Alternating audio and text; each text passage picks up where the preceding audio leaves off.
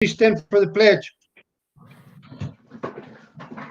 Pledge allegiance to the flag of the United States of United States America, of United States of America, and to the the republic republic for which it nation, stands, under one God, nation, one nation, God, indivisible, indivisible, with liberty and for justice for all. all. I salute the Salute the flag flag of the state of New Mexico to be a symbol of perfect friendship among united cultures.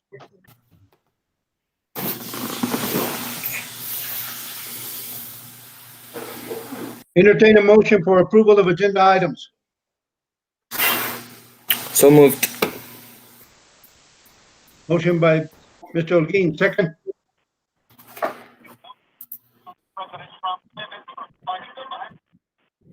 Second.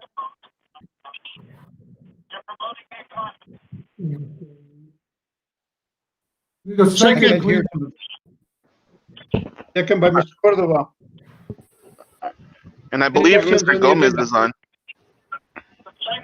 Okay, thank you. It's real broken. I can't hardly hear him. I see a phone blinking, but that's it. Any questions on the agenda? Call for a roll call vote. Mr. Holguin, Yes. myself, yes. Mr. Gomez.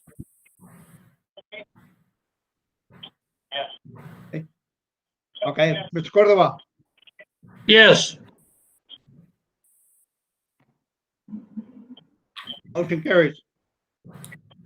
Entertain a motion for approval of the minutes of April 27th.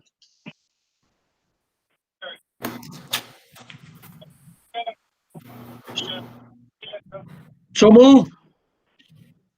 Motion by Mr. Cordova, second. Second. Second by Mr. Holguin. Any questions on the minutes or corrections? Call for a roll call vote. Mr. Holguin, Yes. myself, yes. Mr. Gomez?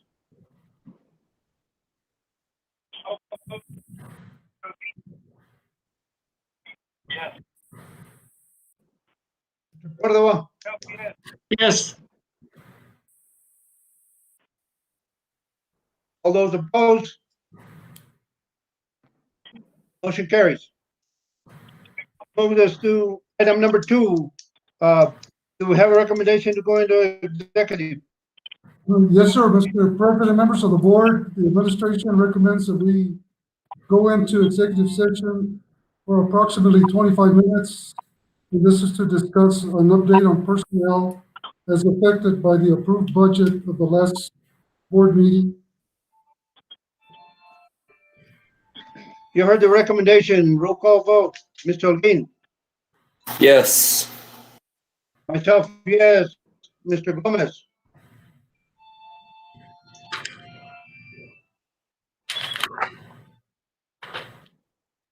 I assume that was a yes.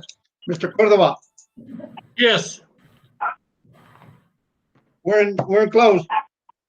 Mr., before you hang up, we're gonna call each one of you, okay? On the cell or the helpful, or Okay. the phone, so we're calling you right now. Okay. Are we hanging up on this? Yes, sir. Then we'll give you a call. Yes, sir, Hang and then up we on log this. back in. Okay. Okay, we're gonna call you, Mr. Hogan. We're calling you. All right. Yeah.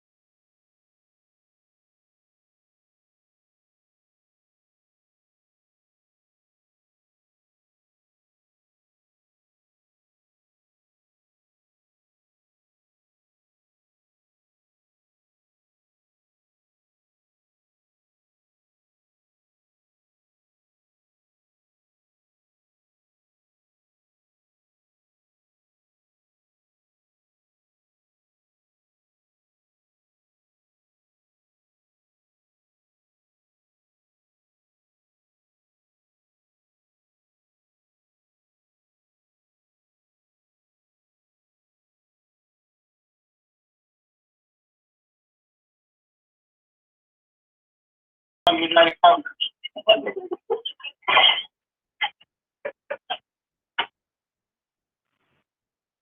Entertain a motion for approval of agenda items. So. Who made the motion? I did, so move, Gomez. Mr. Cordova made the motion, second? Second. Okay, second by Mr. Gomez. Any corrections to the agenda? Any corrections to the agenda? Call for the vote, all those in favor? We're gonna have to do a roll call vote, there's no roll voting.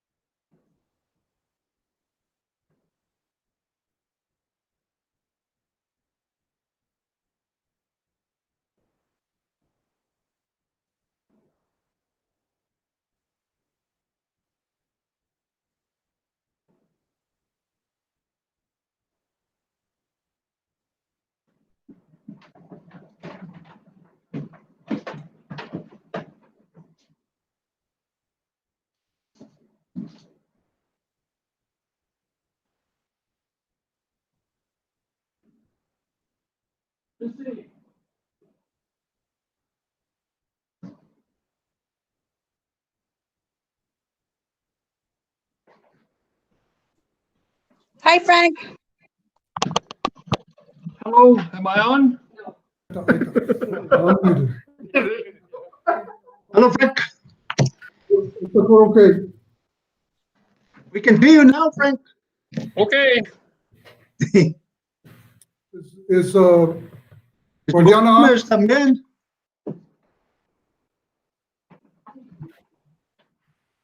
Gabriel, What's that? Yeah, I'm on, Toy. okay. I don't see Guardiana, guys. Can you see, you all see Guardiana? No, No, I don't see him.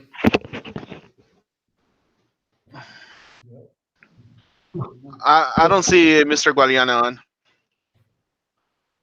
So we have Mr. Stone ready to go here, Mr. President. If you, okay, let's go. we have that. Okay, we're on. Let me open. Sure. Let me open. I'd like to open the regular meeting of Cobre Board of Education back into session. We went in executive at 5:05 to 5:31. No action was taken at that time. Do I hear a motion to open? So moved. Motion by Ms. Cordova, second. Second. Second by Mr. Aldean. We're back into session. Mendoza, Yes, sir. Okay, Mr. President, members of the board, we're on item 3, update on unfinished business. A is the acceptance of the 2019 audit report as presented. And I'd like to have Mr. Mike Stone come to the, here for the camera. I see Mr. Guardiana, he's on. Yep, I'm on. Good. We're okay now. hello, Mike. Okay, guys. This is new to me. Can you guys see me okay? Yeah, Yes. Yeah. Yep. Okay. Nobody's scared. it's new to us too, Mike. Yeah, I understand. You're right there. Oh, okay. Okay, go not ahead. with my eyesight. But anyway, okay, presentation of the 2019 audit report. Obviously, because of the lives we're living right now, this has been delayed a while. It was submitted quite a while ago and approved quite a while ago in terms of the state auditor. But we just got to the point where we can submit it. Okay, first of all, and most important, you have an unmodified opinion on the financial statement, which is as good of an opinion as we can give. You also have an unmodified opinion on compliance with federal regulations, which is as high as we can give. Okay? Now, there are comments related to this that are starting on page, 77. excuse me, I should have been ready. Starting on page 82 of the audit report. I assume every one of you has an audit report. Yes.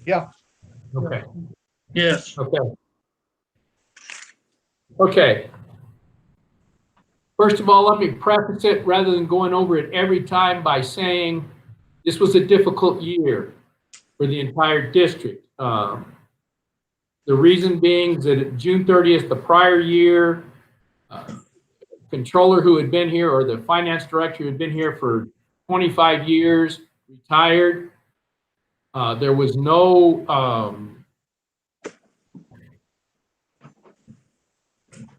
Transition. continuation for him to do anything to train anybody behind him. And what ended up happening is we had a real domino effect. We had a district employee, Terry, who was promoted to that position. Then somebody got promoted to her position, and then we hired some people behind her. What we ended up with, in essence, was a whole new staff, so to speak. That created some problems for us because there was no continuation between the prior finance director and the current finance director. It was a learning experience for everybody there. And I just want to preface what I'm going to talk about by saying, rather than go over it over and over again, that's what happened in almost every instance that we have in terms of audit comments. Okay. The first audit comment was the reconciliation of the bank accounts, and that's what our reconciled balance in the bank did not agree to the reports that were presented to the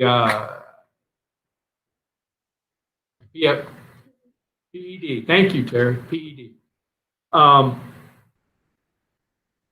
The reason for that, basically, again, is what I've already said.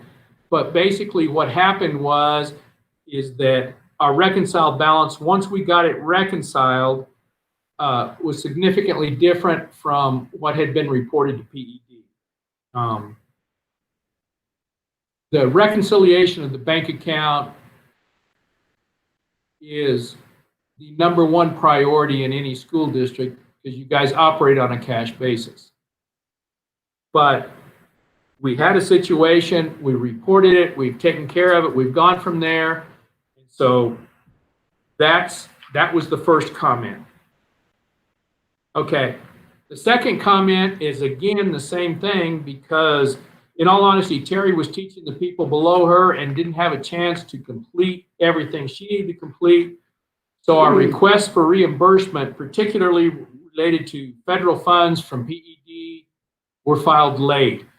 The other thing is PED changed their method of reimbursing you. At one point in time, if they had a question on a single issue, they would reimburse you for everything else. This last year, they decided if they had a single issue, they weren't going to reimburse you for anything. That ended up being a major issue for us cash flow wise, because we weren't getting our reimbursements, whether it was federal or state grants, that we should have gotten in a timely manner. Okay. Okay. Number 3, cash depositing, not nearly as important. It was This relates to the activity funds in individual schools. You know, guys, particularly those of you who have been on the board for a long time have heard this forever. Every year we switch secretaries at the schools, okay? When we do that, we hold trainings, and then somebody quits midway through the year, we get another one there, and they're the ones that are doing the deposits. I don't mean to indicate in any regard that I think any money was stolen. We were, however, unable to account for $237, but my guess is that whoever was writing the receipts at the school district doubled them up and had a situation with that. The district has, you know, I've been yelling at the district for years about, okay, we got to hold training sessions. The problem is we hold training sessions at the beginning of the year, and then the personnel changes again. It's not an issue in terms of materiality, but it is something we need to continue to keep on top of. Okay. Okay. Number 4, we had expenditures that are in excess of budgetary authority. Basically, what that means is the board has approved a budget and amendments to that budget. However, because of the situation at the end of the year, the district was unable to move monies around to the appropriate line items, specifically because PED very late in the year said, okay, we want this in Title I, or we want this in the general fund, in the operational fund. We ended up with these on page 84, these adjustments to the budget. I don't mean to indicate, believe me, I don't mean to indicate that the money was not available. I'm indicating that we didn't go through the proper procedures to adjust the budget as we should have. And in some instances, we tried, I say we, hey, I went to Cobre, so you gotta give me a break. I say we, I'm talking about the district. The district tried to make the adjustments, and PED said, no, we've closed it off, we're not gonna let you do it anymore. So it was a combination of both PED and the district looking at their budgets in that regard.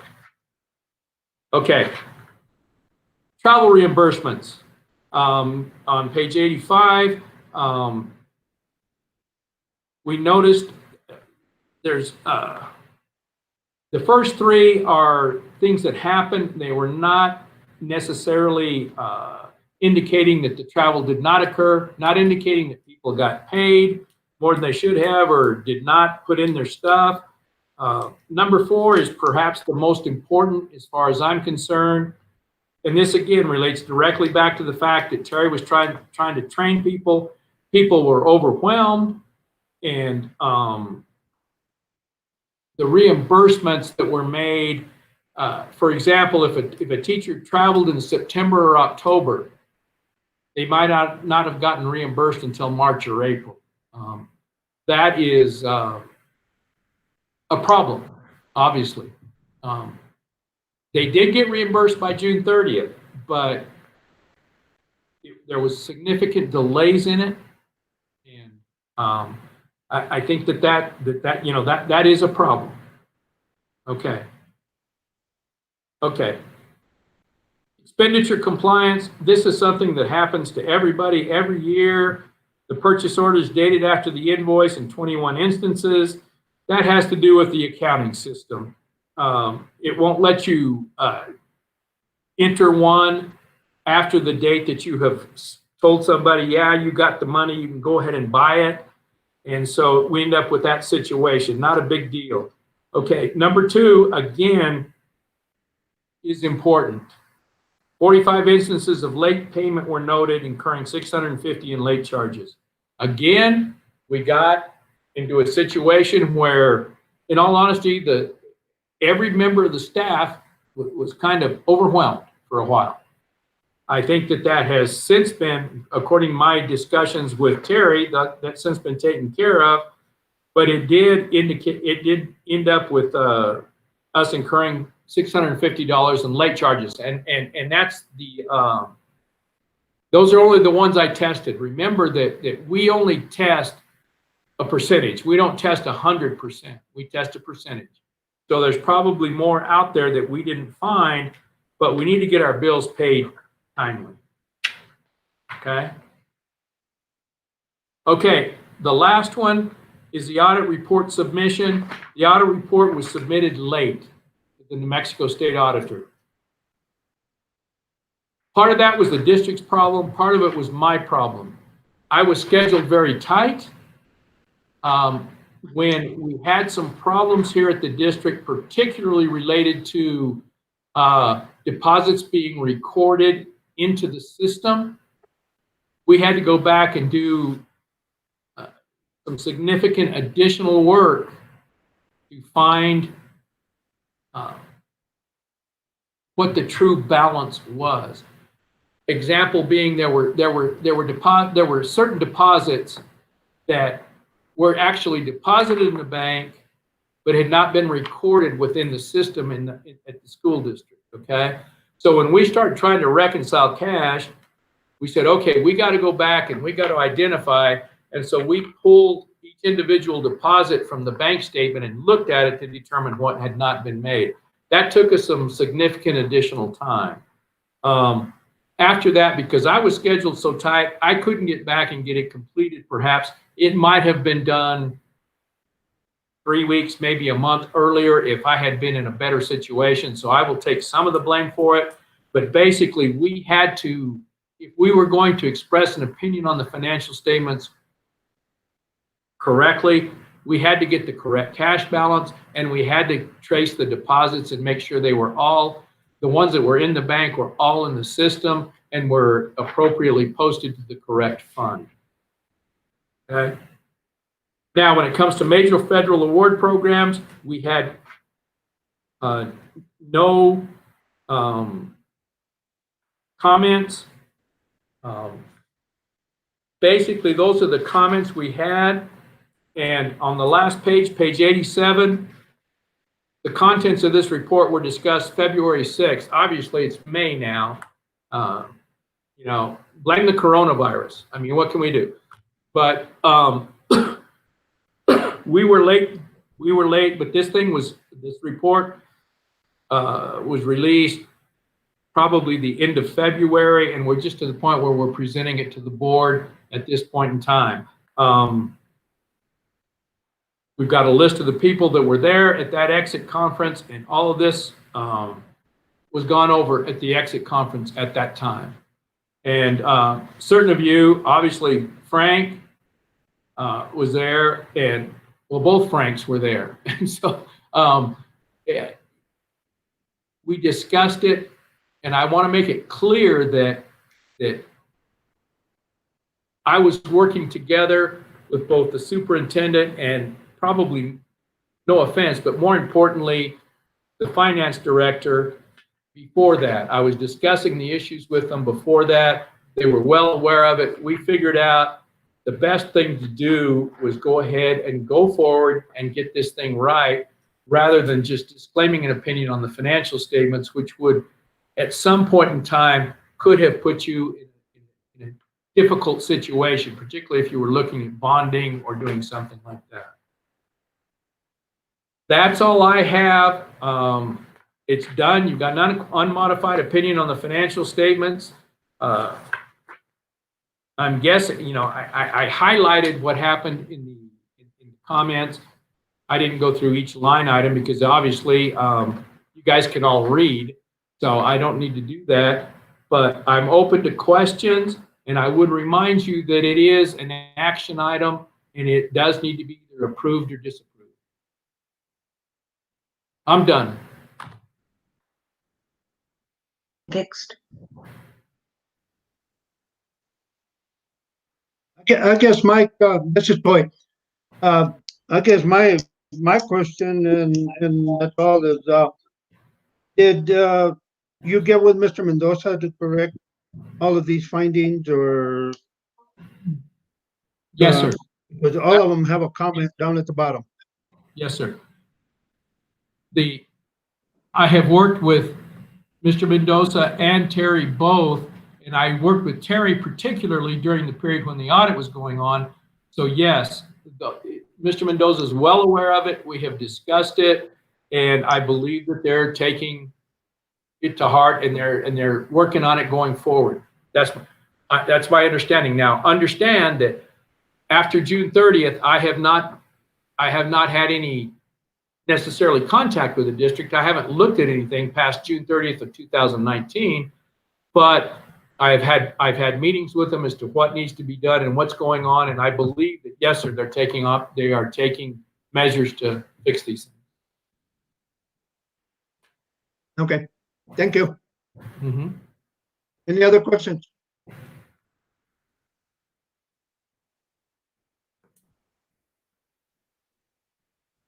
Okay, thank you, Mike. Take care.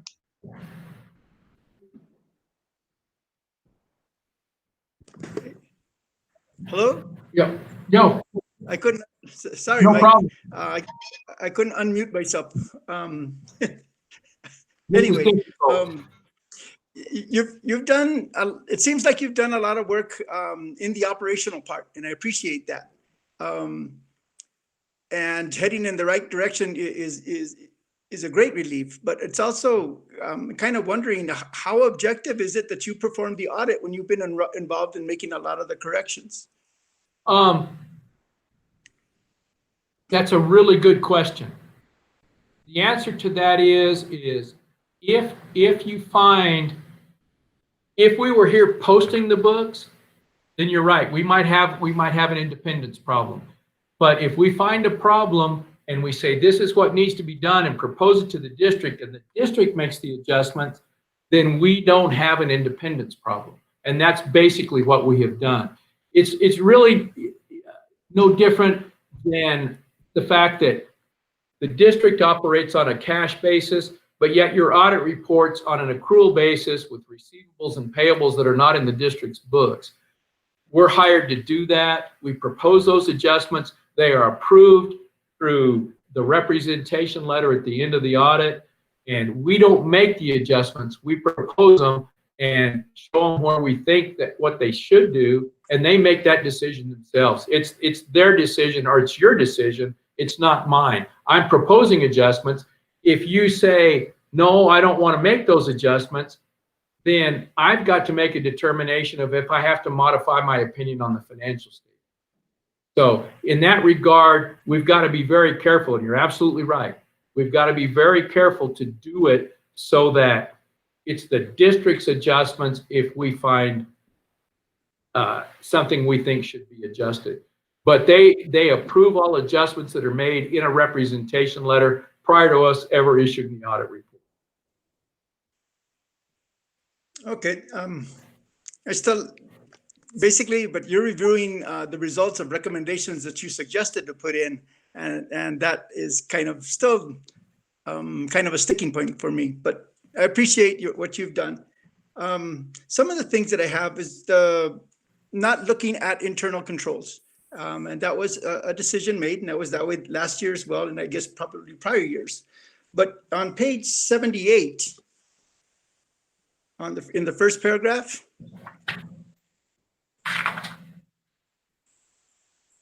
On page 78, the first paragraph? last sentence says, we did identify certain deficiencies in internal control described accompanying the schedule of findings and questions in item 2019-001 that we consider to be material weaknesses. What were those? The material weakness is No, the deficiency in internal controls. right. The deficiency in internal control, the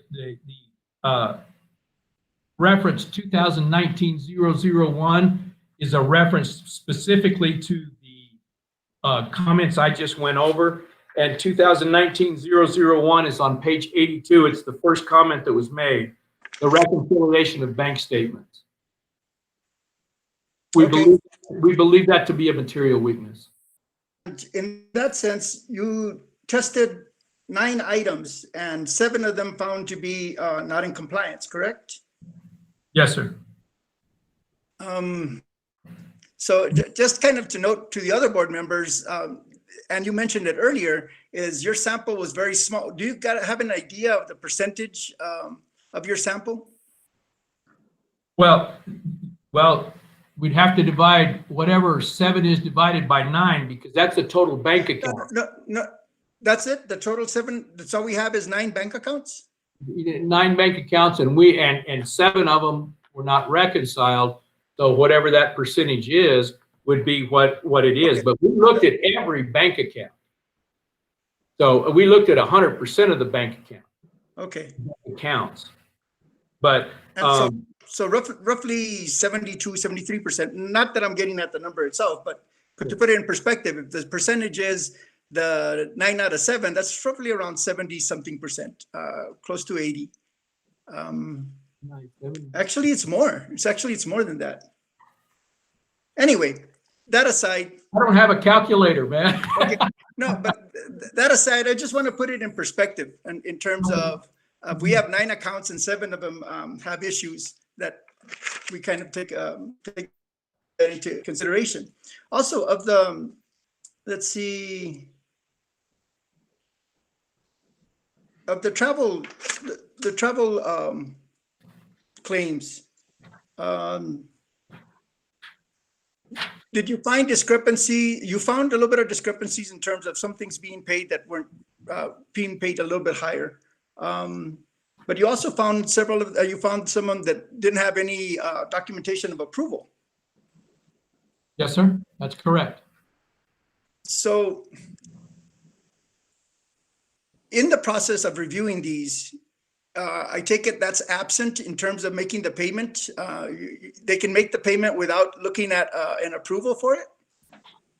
I mean, they can issue a check, yes, but is it correct? No. That's why it's listed here. Can they issue a check? Certainly. You know, I have no control over that in that situation, but it's listed here because it should have proper approval. Yes. Yes. So but my question more is, in our terms of our policies for making payments, we don't have to ensure that it has an approval prior to making the payment? Yes, sir. I believe there are in your policy. Yes, sir. There is a requirement that they make the appropriate approvals. Again, okay. Gilbert, let me just say one thing here.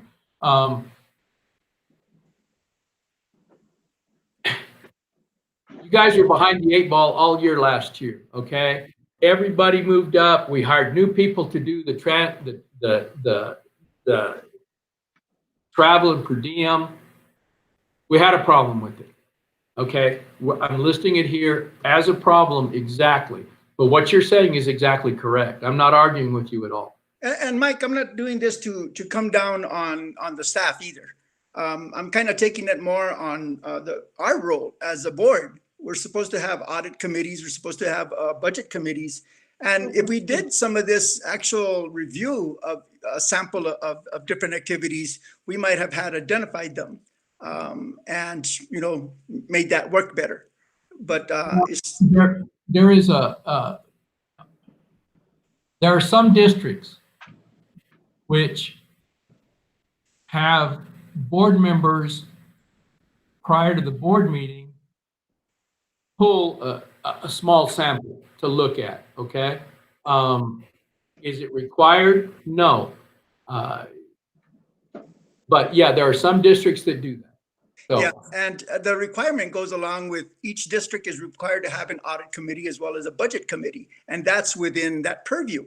So I would differ in arguing as to whether that's required or not. That is a responsibility that is in the regulations for the districts. So I'm just trying to bring it up in terms of the scope of things that go on and our responsibility as a board, budget being our highest, that we can improve on that possibility by having those more effective. Okay, now the budget committee is not something that I would normally have anything to do with in terms of when I was doing a financial audit, other than saying that the board approved the budget itself. The audit committee, yes, the audit committee I have met with in an entrance conference. I met with in an exit conference. So you do have a budget, an audit committee that includes other members of the community other than just board members. As well as they should have.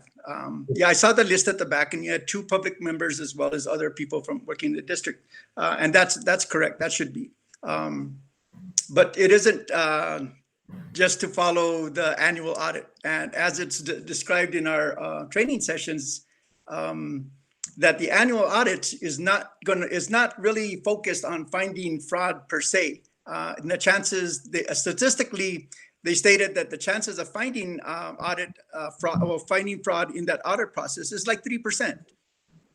So our role in that process increases the ability to not only find fraud, but create a system that insulates us from those opportunities, from people getting the temptation of saying, "Hey, nobody will know that this is missing." And yet there's been occasions that donations have been made, particularly donations that have been made to programs. And this is parents opening up their own wallet and giving it for those special projects. And that money disappears. Or it's used for buying something that isn't being paid for out of the school budget that should be. So those are things that we bring up, and I hope at some point the audit committee identifies its role in responding to complaints that are made by our staff and our parents about monies that have been donated for a purpose and not materialized in that sense. Well, I agree with you absolutely, but if you have an audit committee that is communicating with the auditors, and there are situations that you're concerned about, absolutely. Bring them to our attention and we will check it out. I mean, that's what we do. But again, like you said, our audit is designed to express an opinion on the financial statements, not look at every individual item and we're doing, and stuff like that. However, if you have a situation where the audit committee has a problem or thinks there may be a problem and wants us to look at it, if they'll bring it to our attention, we will definitely look at it. So the audit committee did not bring anything to your attention other than what you were looking at? No, sir. No, sir, they did not. Okay. Thanks, Mike. You're welcome. Oh, let's see. The other thing was having to do with the expenditures without budget authority. In excess of budget authority, not no budget authority, but in excess of budget authority. Okay. Okay. Some of them are, I'm curious as to, the scenario you described as to PED making changes as to which line items certain expenditures should be put in. But some of these are transportation, which probably shouldn't go probably wasn't affected by a PED decision. Also administration, either general administration or school administration, or I don't understand how that would have been been something that PED would have designated to be done differently. Okay, let me deal with the first one first. The transportation is Title I transportation, okay? And Title I allows you to transport children for specific purposes. But for some reason, Title I decided at the end of the year to disallow a certain expenditure. So we already had it in there. And so that was the situation regarding Title I. Now, general, which is basically your operational. For you guys, it's operational. I call it general. You guys call it operational. But there were certain expenditures that PED decided they would not allow in their federal funds or their state grants, and those had to be moved to the operational account, according to them. When they moved them to the operational account, we couldn't do a budget adjustment because it was too late because they did it at the end of the year. And therefore you had expenditures in excess of budget authority in the operational account because PED made the district move those there. So that's what I was trying to say, is that if PED looks at your expenditures, and let's just use Title I, it's a great one, okay? And you charge something to Title I that PED says, no, we're not going to let you have in Title I. You've got to pay for it somewhere else. The only place you have to go with it is operational. But if it's all at the end of the year and there is no way at that point in time that PED will let you adjust your budget, you end up with an over expenditure in the operational account because they made you move it. That's what I was trying to indicate. Okay. Okay, thanks, Mike. You're welcome. I don't have any other questions. I'm done. Thank you, Mike. I would just say, please, remember, it's an action item, guys. You got to approve it. Please approve it. I don't want to start over. Oh, come on, Mike. Thanks, Mike. You're welcome. Thank you, Mike. You're welcome. We have a recommendation, Mr. Mendoza. Yes, sir. The administration recommends that you approve the 2019 audit report as presented by Mr. Stone. You heard the recommendation. Do I hear a motion? So move. Gomez, so moved. Frank Motion by Cordova, Mr. so Gomez, move. second. Motion by Mr. Cordova, second. I'll second. Ms. Gilbert. Second by Mr. Guadiana. Any other questions? Call for the vote. Mr. Holguín, Yes. Mr. Guadiana, Yes. myself, yes. Mr. Gomez, Yes. Mr. Cordova, Yes. motion passes. Item B. Thank you, Mike. Thanks, Mike. Thank you, Mike. Go to item B, Mr. President, members of the board. And this is a graduation update. But before we ask Ms. Montoya to speak about this, I'd like to remind the board that the governor will be holding a press conference sometime this Wednesday and should give us updates on whether he's going to continue with the current lockdown, current what we call social distancing, and so forth. And this will have a strong impact on whether we continue for next Friday's proposed graduation celebration. But with that in mind, Sandra, are you available? Yes, sir. Okay, can you kind of go over your proposed outdoor or outside or your graduation, please? So right now we have 2 to 3 plans available for a drive-through graduation, depending on what restrictions the governor comes out with on Friday.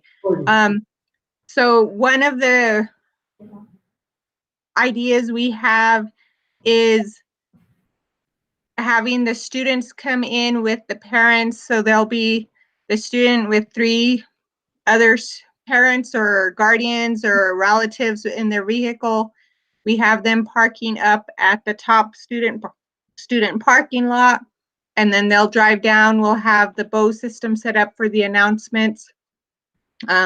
We'll announce the students so they can drive down. They will get out of their car. We have a photographer available, so they will take a picture of them getting the diploma. We have decorations on order. We have balloons going up. We're painting a lot of things to make the parking lot look nice. And then from there, they will drive either back out towards Jones Street or back up to the student parking lot. And then after that, we will have a parade going through downtown Bayard. We have contacted City of Bayard. They're in to help us. I will contact Sheriff Gomez tomorrow. The National Guard also contacted me today. They want to be part of the event, so we're going to get them involved. And then I will get a hold of state police as well tomorrow. Another plan we have, if our restrictions get lifted a little to where we have a little bit more freedom, we were going to give students a ticket to give to a relative or a parent so they could bring in a car. We would have the kids come in through Jones Street around the back of the school and line them up there. And then that way they would drive through, and then they would have a parent or guardian vehicle up at the top for student parking lot. We are also looking at maybe doing a drive-through using the parking lot below the tennis courts. So really, we're waiting to see what kind of restrictions are going to go in place come Friday to determine how many vehicles will be allowed into the school parking lot. We also have a video Trey Burnett is putting together that will go out that day with the student speeches for the salutatorian and valedictorian. Gable Ramos was the guest speaker, so he's going to be recorded, and we'll have that video going out the day of graduation. That way the students still give their speeches that need to give their speeches and take part in that way. We were also looking at putting some staff members 6 feet apart with the masks on the lawn. If they want to participate, we're not going to make it mandatory, but if they want to, they can come sit out on the lawn in the chairs 6 feet apart. So we have quite a few different plans. We're just really waiting to see what other restrictions are going to be put out on us Friday.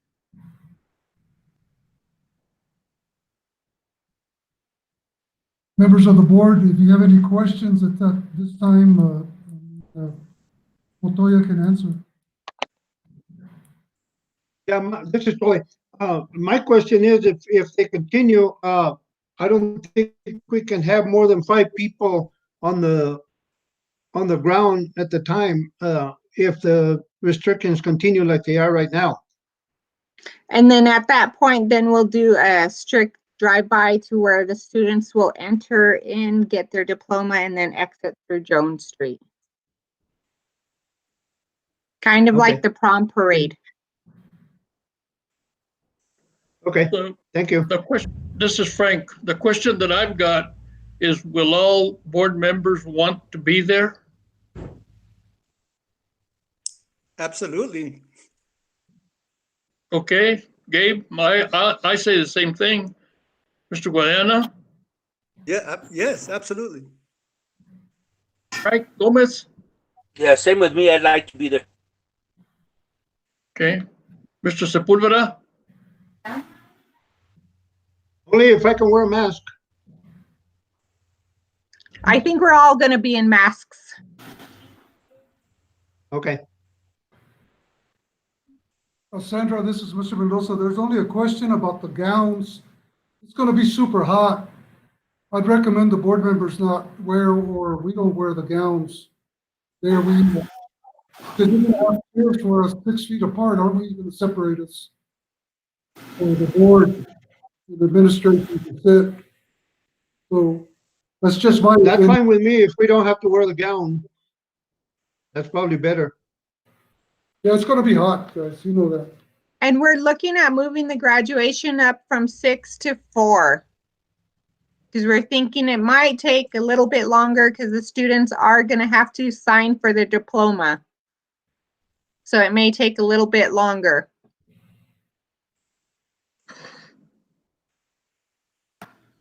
Yeah, then it'll be really hot, so probably not wearing a gown is a good idea. Yeah. So And I think they skipped me a second ago, but I'll be there for the ceremony. I And I feel the say same it. way about the gown. a nice casual is good.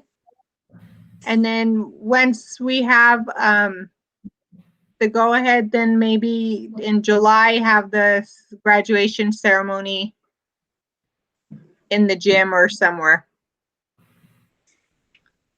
I just want We to also have banners coming in for the seniors. I don't know if everyone heard earlier. So some of the banners showed up today. The rest should be in today or tomorrow and Wednesday. So those will be going up on the poles starting Wednesday and Thursday. I appreciate what you're doing in terms of how much more there is there than what I thought would happen. The fact of actually having a graduation exercise is news to me, and I think it is excellent. I was just thinking of what it would be like to be a senior and have to miss out on that. Along the lines of the graduation, is there a compilation of the awards that students have gotten in terms of? We are still going to do a graduation program to give to the seniors. So it will have the list of all the scholarship recipients and all the graduating class. So it's going to be a normal graduation program with the insert for scholarships. And they've been able to work on scholarship applications? Yes. Very good. And Mr. Peña's been emailing them every day, if not every other day, getting on them to do their scholarships. Very good. Hey, Sandra, this is Gabe. I don't have a question, just a comment. I would just kind of echo what Gilbert said. Thanks for all the effort you're putting into this alternative delivery of graduation. I think it's good. You're welcome. And I feel horrible. I have 2 kids graduating this year, one from college, one from high school. And so I've lost out on 2 graduations. So I see the disappointment in their faces. So we just want to get something for these kids. Very good.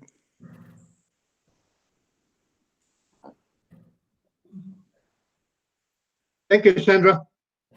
Thank you, Sandra. You're welcome. And if you guys have questions, call me. I'm always at the school anyway. Okay. Thank you. Okay, Mr. President, members of the board. we'll item get- C, Mr. Mendoza. Yeah, one more thing on the graduation update. We'll definitely let you know as soon as we know what the governor has okayed or not okayed, so that we can go to the press and get all this out to the public and let them know. Okay, so more, probably the news will be coming out Friday afternoon, once we get a go-ahead. I'm ready for item C, Mr. President. Go ahead. Okay, this is a facilities restriction report. We're still under lockdown for the campuses. The only concern I've had all year long since this started on March 13th to 14th is the people accessing our weightlifting room. And Mr. Peru has really helped us out with the key situation as well as Ms. Montoya. But that's been the only facility that I'm aware of that people have been access to, and we've been able to cover that up. So unless we get a different ruling or mandate on Friday, we have to continue to lock down everything that is the buildings and so forth. Okay? And that includes our baseball, softball, football, track, and everything else until further notice. How have people been getting access to the weight room? I'm assuming they have keys, Mr. Guardiano. I don't know how else they could do it. And I'm talking about the access to that is also by our police, state police, and then going in there and working out. So I'm assuming the prior administration has given them keys. But from what I understand, it's really improved. Okay, we haven't had any violations. Okay, thank you. Item D. Lately. Okay, item D. Okay, policy review Yes. status. Okay, due to the COVID-19 and the travel restrictions, our policy update personnel that's coming out of Las Vegas, Nevada, has informed me that they will try and make it as soon as early part of July, so long as the board agrees to it and they're allowed to travel. He says the problem is if they know that he's traveled out of state, he's going to have to quarantine himself for X number of days. And he says that, yeah, they could work it by doing Zooming or FaceTime or so forth, but he says he really needs to be here personally to interview each board member, to interview administration in reference to our policy. So he has been issued a purchase order. We're ready to go, but we're waiting until his travel restrictions are lifted. Okay? That's what we have at this point. Item E, Yeah, bond update. I need Terry. Terry stepped out. Can you call it for me, please? What we have here is an update as of this morning. You should get, I think Terry emailed all of the board members their breakdown, and I think they should have gone out to them. And I'll have Terry come forward this time.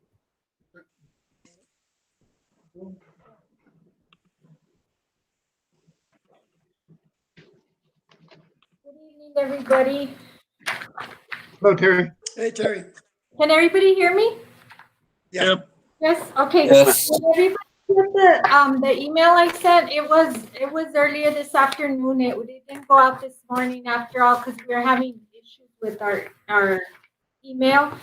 But did you get the bond status summary reports that I sent in your emails? Yes. Yes. Yes. Okay. Yes. Everybody? Yes. Yes, was that the one that you sent around 3 o'clock? Yes. Okay, Yes. all right. All right, so, because if not, well, we can connect through email and I can project it if you need me to, but if you have it with you, I have the same thing. So if we want to go that route, we can. What do you guys prefer? Either way, for me, it doesn't matter. No matter. Okay.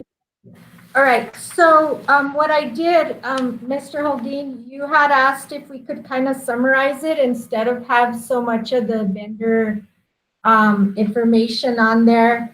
And so pretty much where we're at is I put the project budget and then still what's encumbered, the actual costs that were submitted for payment, and then the variance on the cost. So what I'm looking at is phase 1, the series 2017.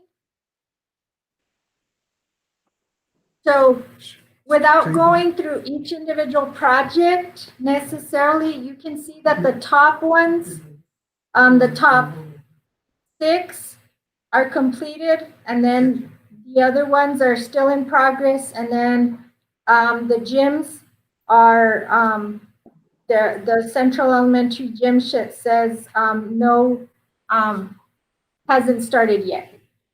So with that, if we look at page 2 of that, of the bond status, so we, with interest, so this was the $3.5 million with $61,618 in interest.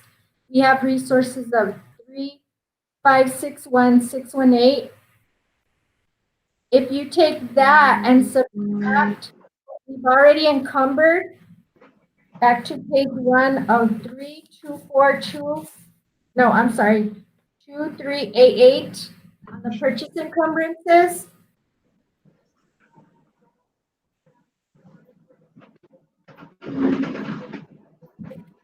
You get the unobligated bond fund amount in phase 1 of 1.173. Okay, so if you look at the cash balance, there's 1.440 in the bank with NMFA, which is the finance authority, and then you got First American Bank has 2,000, which is what was carried over from when we spent down the last projects. And then you got your purchase encumbrances of 208,000, $100. And then you've got what's in progress at NMFA to be paid. And so you get your unencumbered, your free and clear cash balance, 1.173. And what we're working at now is getting a quote from the architects to shift the focus to the Central Elementary auxiliary gym. Now, what I wanted to address was the money that we have available. If you have questions on the status of projects or where we're at as far as finishing or project management of those, I would ask Mr. Peru and Mr. Mendoza to address those in another meeting. Okay, so this is only presentation of the money that's available. Because I'm not the project coordinator, so I just tell them how much they have left to spend. So if we move to the status of the phase 2. So we sold 3.5. We earned interest of 42,742 for total resources of 3,542.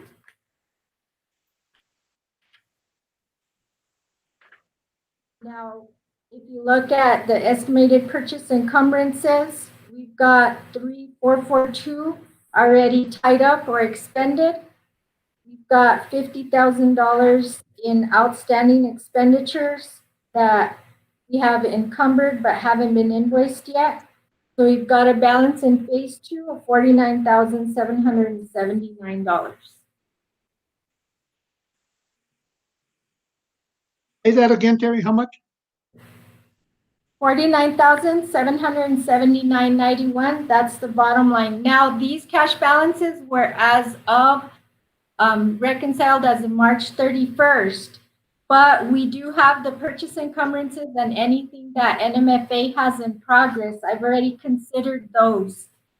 So we're pretty much up to date with everything that's clear or have gone through NMFA at this point. We have no outstanding invoices that have been submitted to me for payment.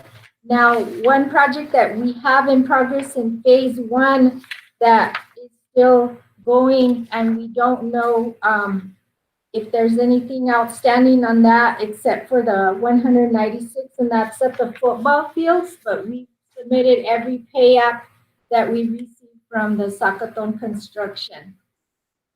So that's also up to date. Do you have any questions on the money and the balances in the bonds? Terry, this is Gabe. I don't have any questions, but I just want to say thanks for the summary. It's very clear and paints the picture pretty well where things have been spent and where there's money left. So thank you. You're welcome.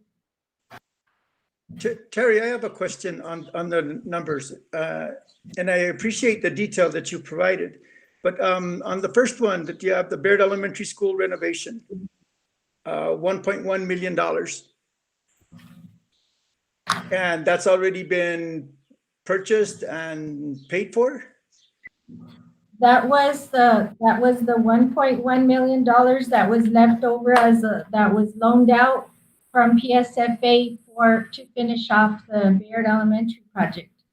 That was what the initial bonding was had right at the beginning for us to pay off PSFA for what was loaned during the Bayard project. So we had received a loan for that from the previous bond.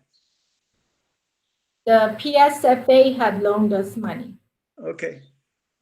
Okay. And we paid PSFA back.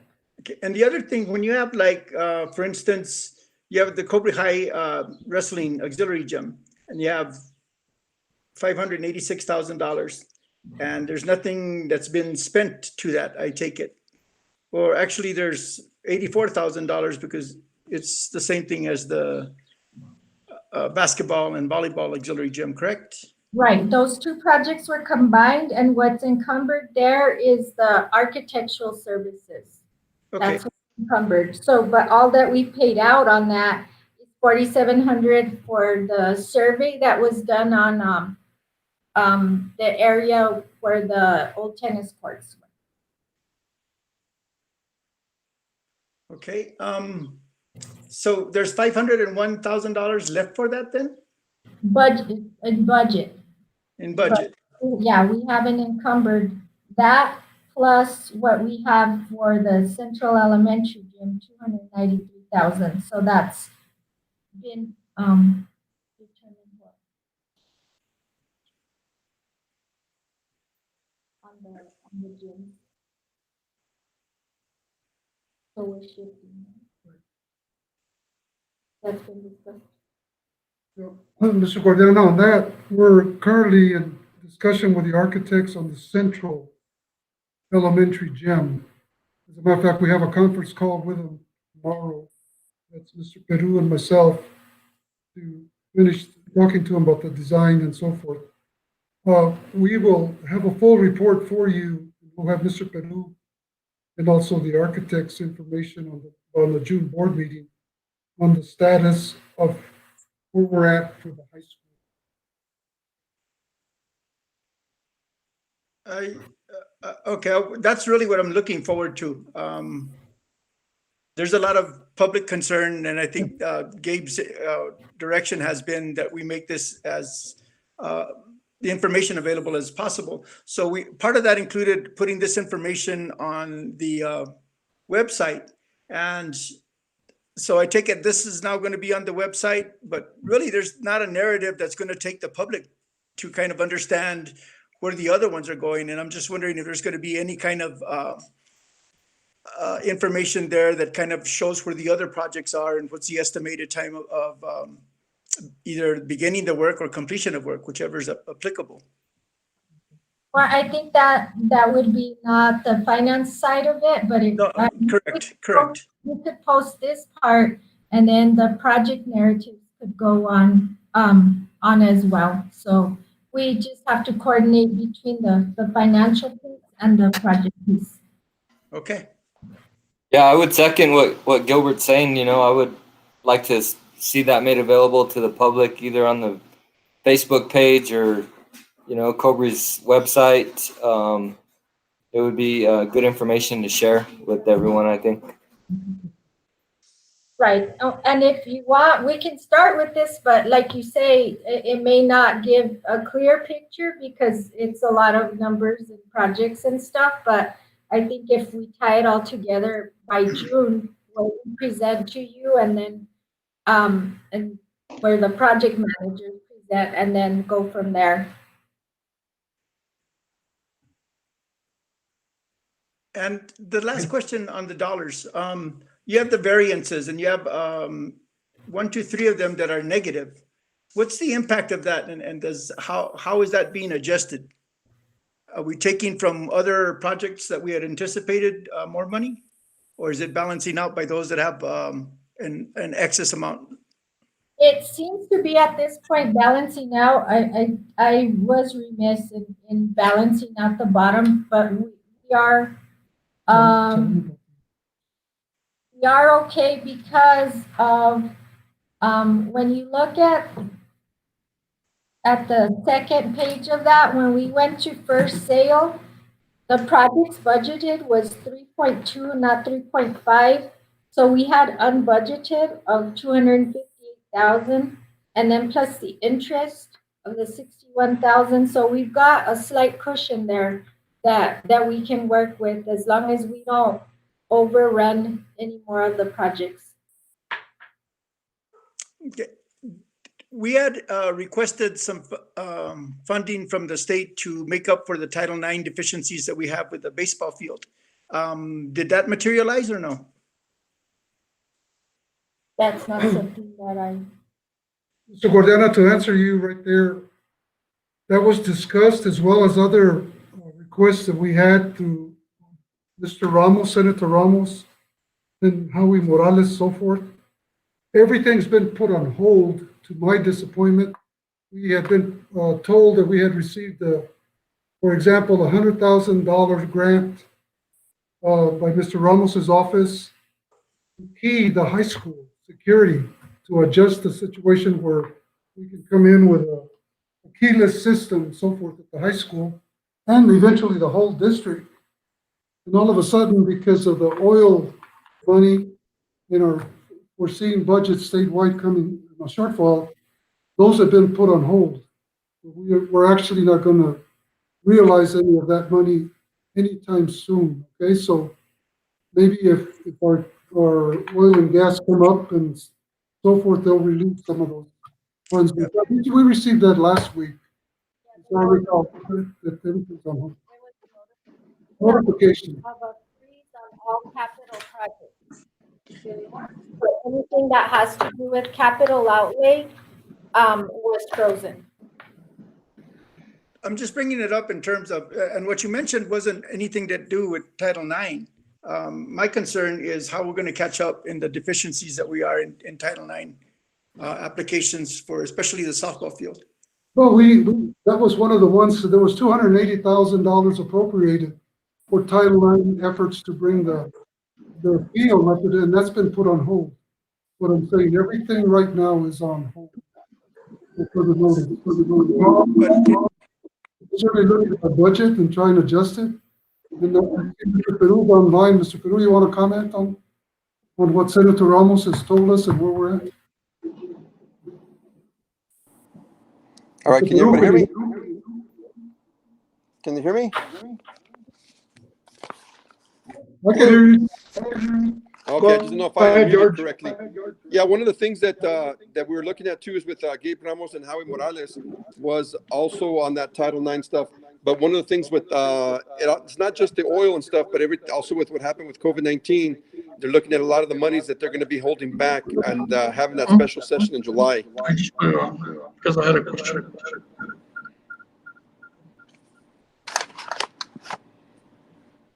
Did everybody understand that?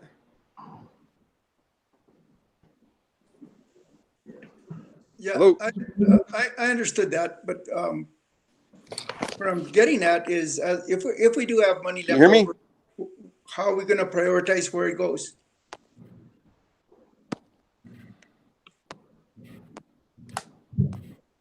And that's money left over from the bond budget.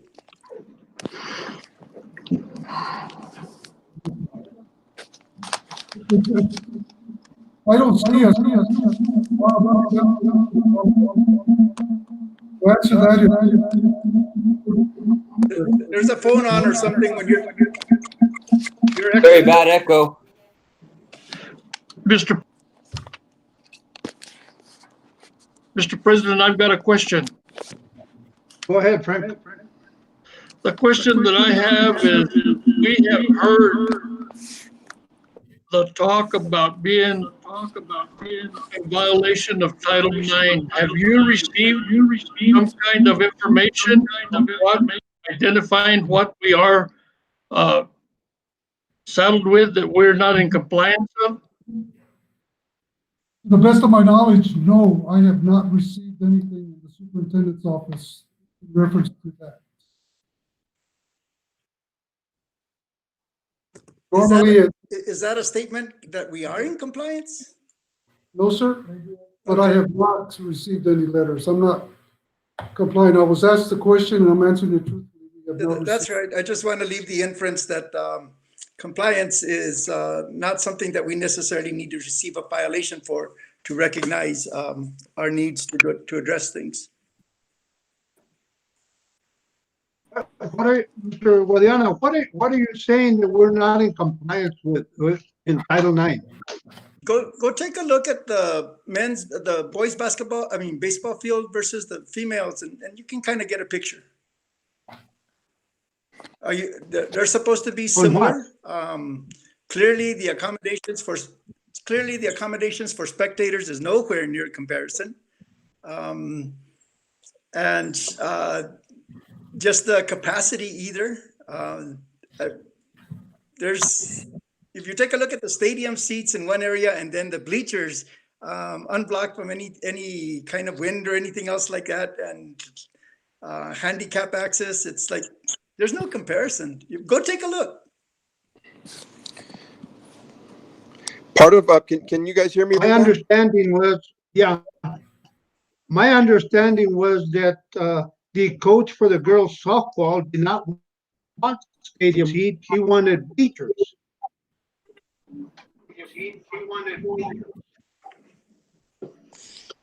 Part of the, if I hope you guys can hear me, I think I figured out the phone over here. Okay. One of the things that we had discussed also was to cover the Title IX was with the projects that we're doing right now with Mr. Ramos and with Mr. Morales. The bleachers that we had ordered, or we're going to be ordering with the money that we were going to be getting through the capital money that we're doing also, was going to go directly to the softball field to we could get everything in compliance with the bleachers. The bleachers were also going to be having stadium seating, but they were also going to have the other bleachers that wrapped around. They were going to go from dugout to dugout, and that way it would have the seating capacity for everyone also.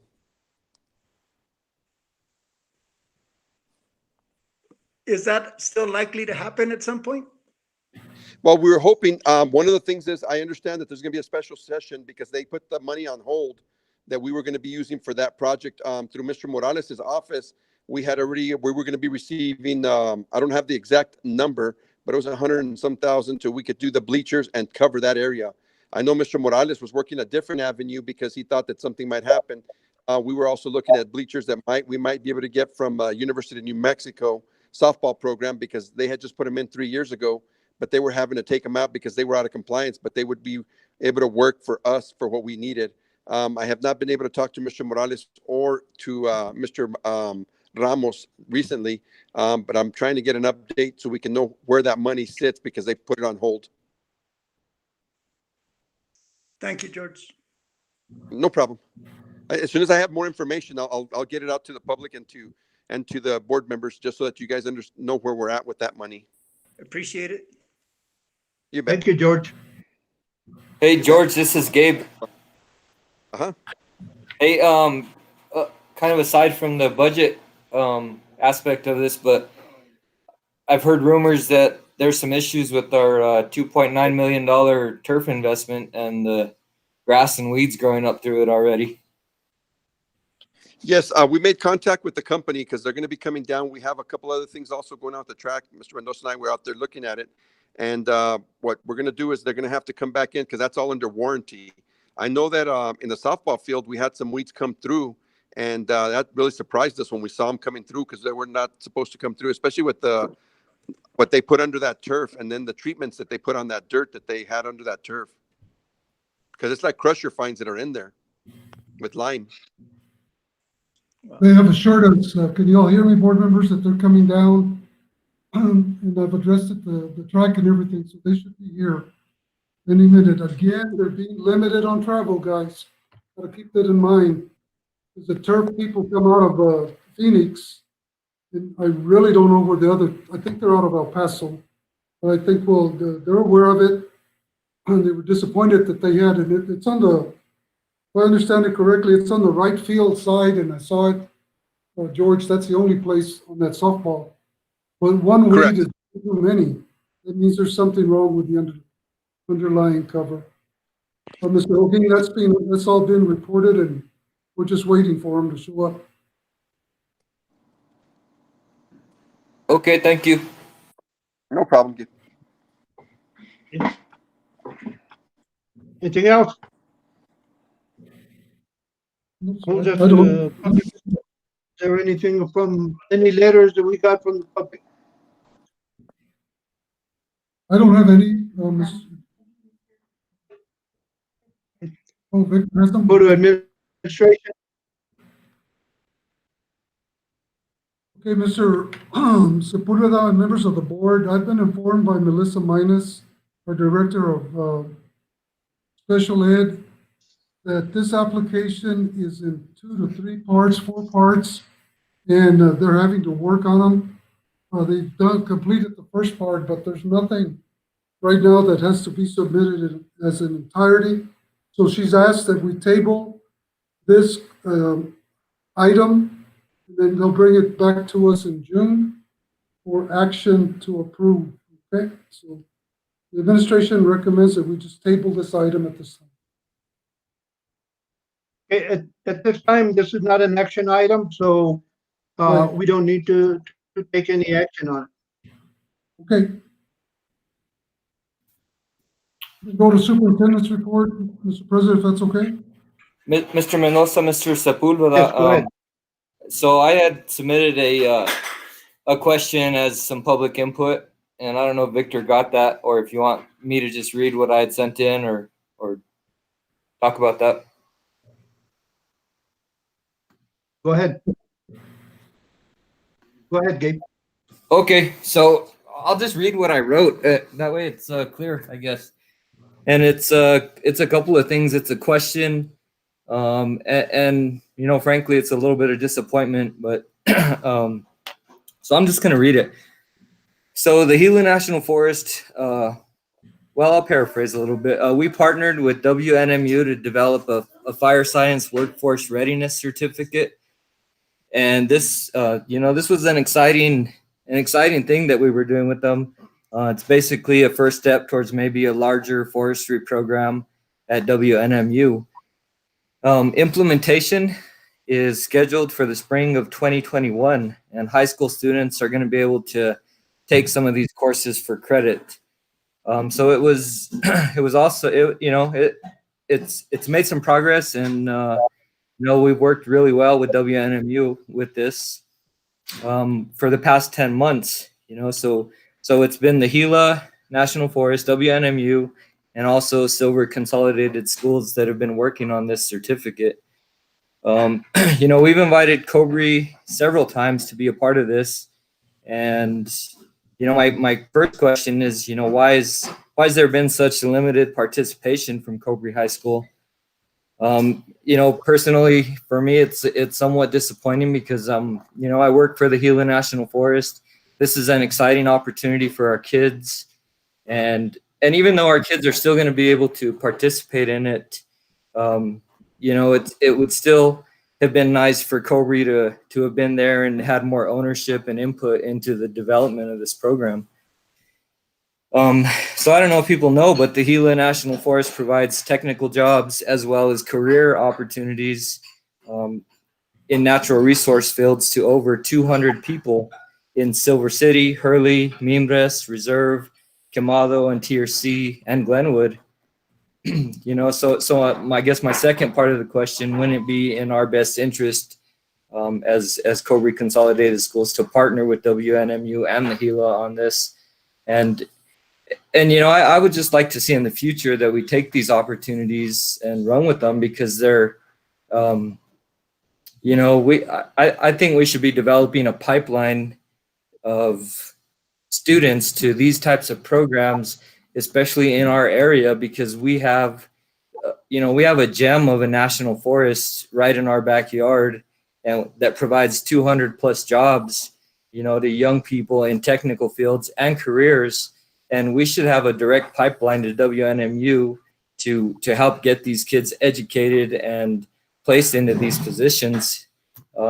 More of them. I mean, I work for the forest, and so I see where people come from, and we get, you know, we're hiring people from California, from Washington State, from North Carolina, from all over the country, people that want to come and work on the Gila National Forest, just because our diversity of, you know, our diverse landscape and wildlife diversity fisheries program, fire management program, just so many opportunities here. So and that's why I say I'm disappointed. I just would like to see Cobre a little bit more involved when these opportunities come up. Gabe, I can answer that. So we attended, I think, a meeting or two, and then I don't know what happened, but I stopped getting emails. So I thought everything was put on a back burner. So if you could get me back on the mailing list, I would appreciate it. Yeah, I mean, I definitely can do that, Sandra, for sure. There's still a little bit of cleanup work, but we basically have already developed the curriculum for both fall and spring semesters. We have a certificate program already developed, and we're going to be working with New Mexico Highlands University, as well as CNM to even develop this further, because they have a very strong interest in what we're doing down here. And I don't know if people know, but New Mexico Highlands is the only university in New Mexico that has a forestry program. Okay. Yeah, if you can get Yeah, me Gabe, back in touch, I know. Go ahead, Mr. Sabubida. Go ahead.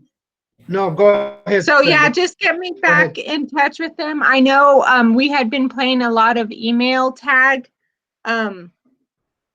So yeah, I would like to get back involved in that, because like I said, we had gone to 2 of the meetings, so. Yeah, definitely. I'll get you back on the mailing list for sure. I don't know how that fell Okay. off, but I'll get you on there. Yeah. All right, thank you. Yeah, Gabe, I just wanted to say, Gabe, when I retired, I tried going through Western. In fact, I did teach some of the classes. I presented to them a course material. And we have everything from 100 to 500 level classes already made. And I presented those to Western. And at the same time, shortly after that, I know Charlie Elliott, who passed away, also tried, but we just ran into a roadblock with Western at that time. I hope you have better luck. Gabe, We've had really good success working with Dr. Kathy Whiteman, and she's been working hard to make sure that it gets in the course catalog. All the university policy or requirements are met, and it's moving forward. Toy, it's spring of 2021. It's happening. Good. I'm glad to see that, Gabe. and I just want to echo that Gabe has brought this up at least 3 times, this being at least the 3rd time. So I'm glad you're sticking to that, Gabe. It's career development is something that I hope the schools get more involved in, and missing an opportunity to get in on the ground level is a hard thing for especially us as board members to sit back and watch. It's I would hope Cobre gets more engaged, and not just from the level of the high school, but administratively, because in developing a curriculum, I think the administrative staff have a better insight on that, and probably a level of participation that would be greatly appreciated by Western.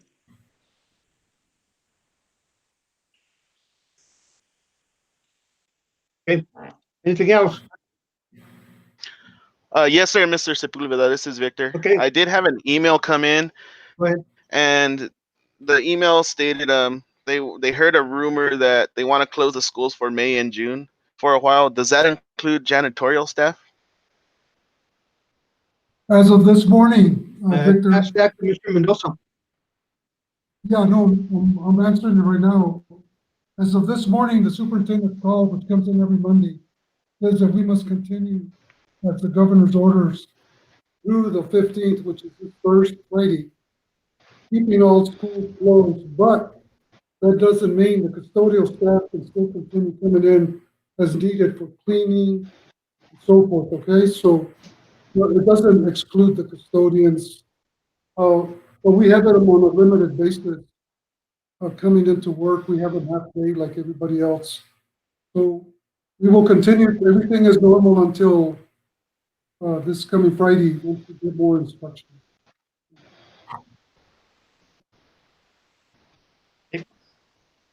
Continue with your superintendent report, Mr. Mendoza. Yes, what I have is an item A. I was asked to report on this, and also as of this morning, plans are being done, put together, and this is with the Superintendent's Coalition in participation with the PED, on the possibility of opening school in August. And I repeat, this is only for planning.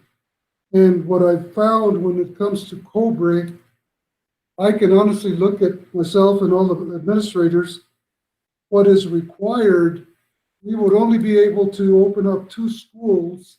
That would be San Lorenzo That would be Hurley, and be in compliance with all the mandates that we're getting.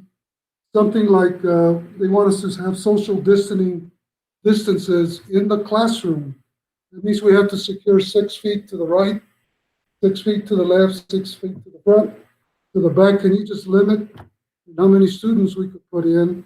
And then also when they go out in the hallway, we have to make sure they do that. And then on dismissals, okay, on the buses, and then take care of the parents. Can you imagine our elementaries when it's dismissal?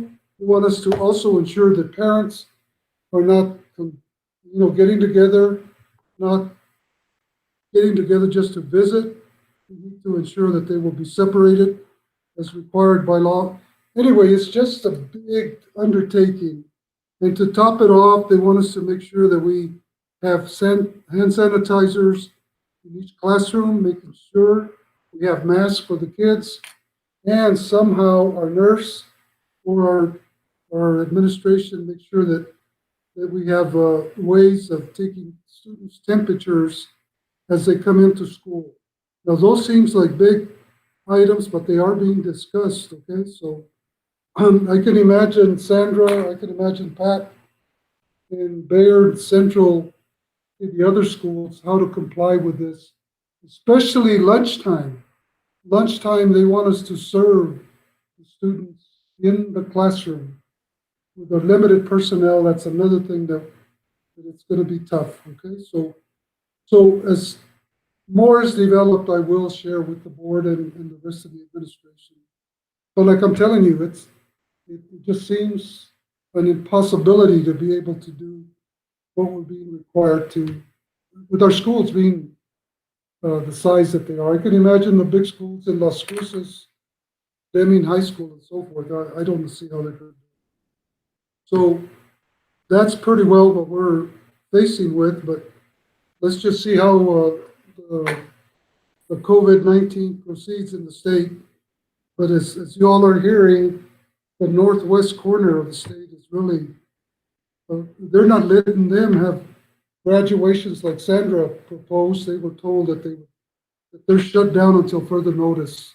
Nothing like that can take place. So this is where I'm at. I'll take any questions, and if anybody wants to ask, please.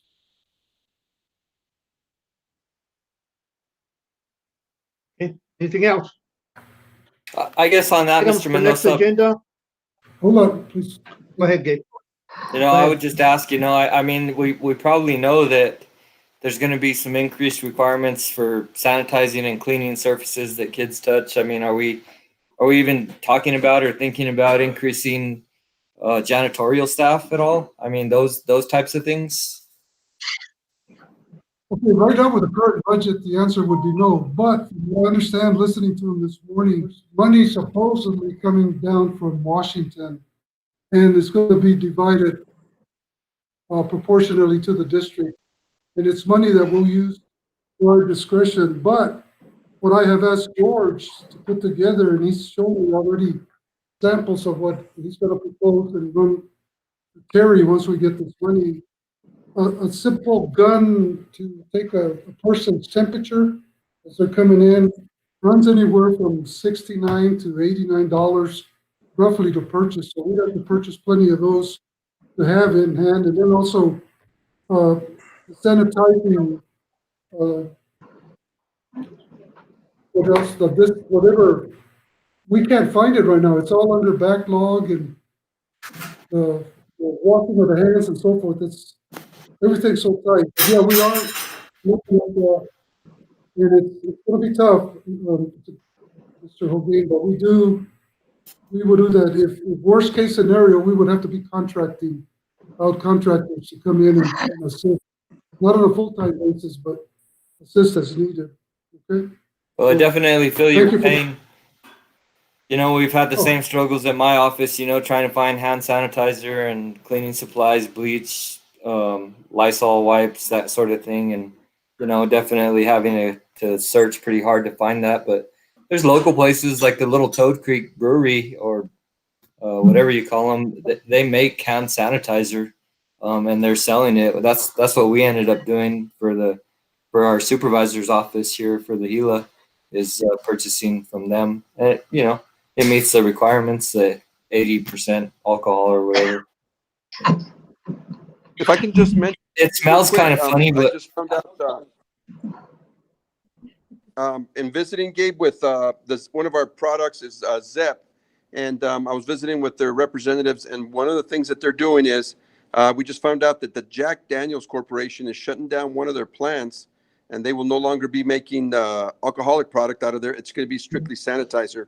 They said that they should have it up and running in the next few weeks, and so they'll be able to provide all the stuff we need here within a month. If we need to do that, because I was talking to him about how much we were going to need for every classroom and for every school. So he said that within a month they can provide everything we need. So hopefully if everything goes well and we do open in August, we can be set up to be able to sanitize everything we need to. George, and Mr. Holguin, if I could add, we're forgetting the buses. It's one of the big things they're telling us. We have to assure that our buses are sanitized morning, noon, and afternoon. You can imagine how we're going to accomplish that. yeah, I guess would we modify the contracts to make that a requirement for them to sanitize buses? I guess I have no idea what's coming down from. That's one division. It's the transportation. So I visited with one of the transportation person, but one of the things I'm visiting with the ZEP guy also, one of the things we're looking at is that product DZ7 that we currently use as a disinfectant is being able to fill up enough bottles for them to be able to, for the bus driver, as soon as they make their bus runs, that they can spray every seat and spray, because the stuff dries pretty quick. And that's the product they said that we should use once we start sanitizing the buses. Right. Yeah. And so I guess, you know, these are the types of things that I was asking about when I asked for this topic to be put on the agenda was, you know, these types of proactive measures to be able to prepare our school for the possibility of our kids coming back. You know, I think we can take some steps to get ready for that. And it sounds like you are, George. So, yeah. we are, Gabriel. We're getting it all lined up because we got to have them here. We have to open school. And on the other one, what the concern of mine right now, let's just keep it going, is that our summer or our meal program, Alma was just informing me today that her suppliers are telling her there's going to be some shortages coming up this summer. So we're hoping that doesn't happen. But in terms of meat products and stuff like that, she's kind of worried. But we really have to thank our food service people. They're doing a great job up there. For your information, 33,000 meals were served in April alone here in the Cobre School District. Kudos to our people. That is great. 33,000?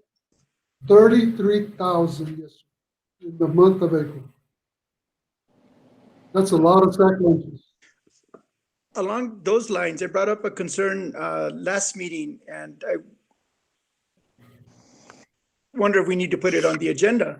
There's a number of, are we providing an adequate amount of PPEs to the staff that are involved in that project? And have they actually received a stipend or an increase in their pay, as it seems to have been communicated to them? I've heard also that I'm concerned about the overtime, if it's being compensated or if it's being put down in another way. So I'd really like to have that on the agenda so we can understand how we're rewarding people that are putting themselves out at great risk, and how we're making sure that they have the adequate tools to do it safely. We have received some materials and so forth, some equipment from the pit, but not enough. We've been providing them as best we can locally here, the gloves, the coverage, so forth. But in terms of the pay, I would be more than glad to explain that to the board, an agenda item, because there's two sides to a story, Mr. Guardiana. We're under Mr. Chavez, who's from the Pet Department in charge of with the food service, has clearly set directions on what we have to pay. For example, the first week that they initiated this thing, we were going out on spring break. So all the people that worked were paid time and a half. Okay? So the next week, someone comes up with this thing about the diversity seamless pay, and that's summer pay, that it's the program, and all it was an extension of those 2 weeks under seamless guidelines that we could hire people or employees that didn't have food handlers permits and so forth. Now we're under the guidelines now that when summer school officially starts, and I think our date, and I may be a little off, is May 22nd, when we officially start summer. Okay, and then at that point, the seamless pay kicks in, okay? And we have constantly talked to Alma and explained that, and Alma knows about it. It's just the rumors out there. And I do recommend to board members, whenever you hear that, send them to me. I mean, they have a right to come and find out. They have a right to question their money, because I even got a call from Ramos, Senator Ramos, okay? In reference to, they called him because Cobre is illegally paying us. Come on, guys, there's always two sides to the story. And I explained that to Mr. Ramos, and he went back. I haven't heard anything else, but what I'm telling you, communication both ways would really help, because poor D's the one that gets bombarded here and cuts the checks. And I think we need to do that. And yeah, I'll be glad to bring you the information to the next board meeting. I But think that would help the community. the summer pay that they're asking for, the season starts on May 22nd, and I think that's $13 a person an hour and $15 per student. That's May 22nd. And by the way, we've been putting all this money from the PED that's coming down for reimbursements for all those 33,000 sack lunches. We've yet to see zero. So all of this is coming locally, and we're covering it. But they said it's coming. There's light at the end of the tunnel. So we're hoping it'll come.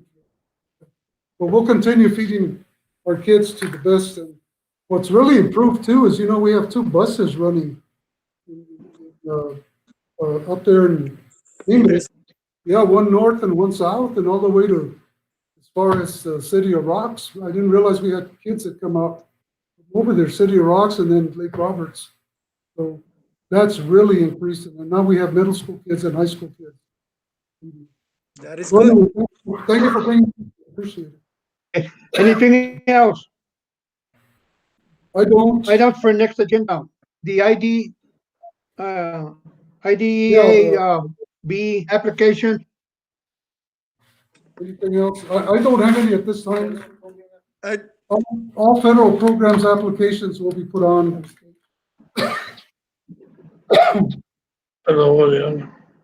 Okay.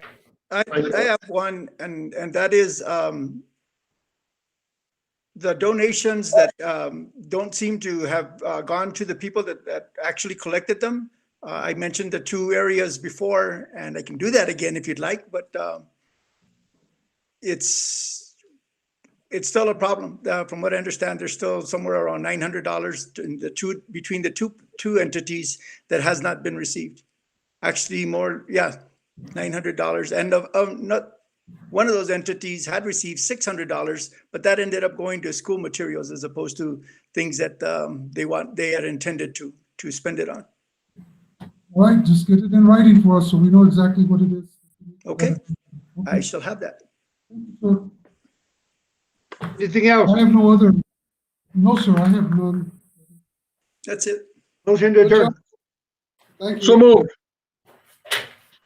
We're adjourned. Thank you, everybody. Thank you, Thank Victor. Yes, sir. Anytime. You have a good night. Good night. Good evening, everybody. See ya. Bye. Thank you all. Good night. Good night. Bye-bye.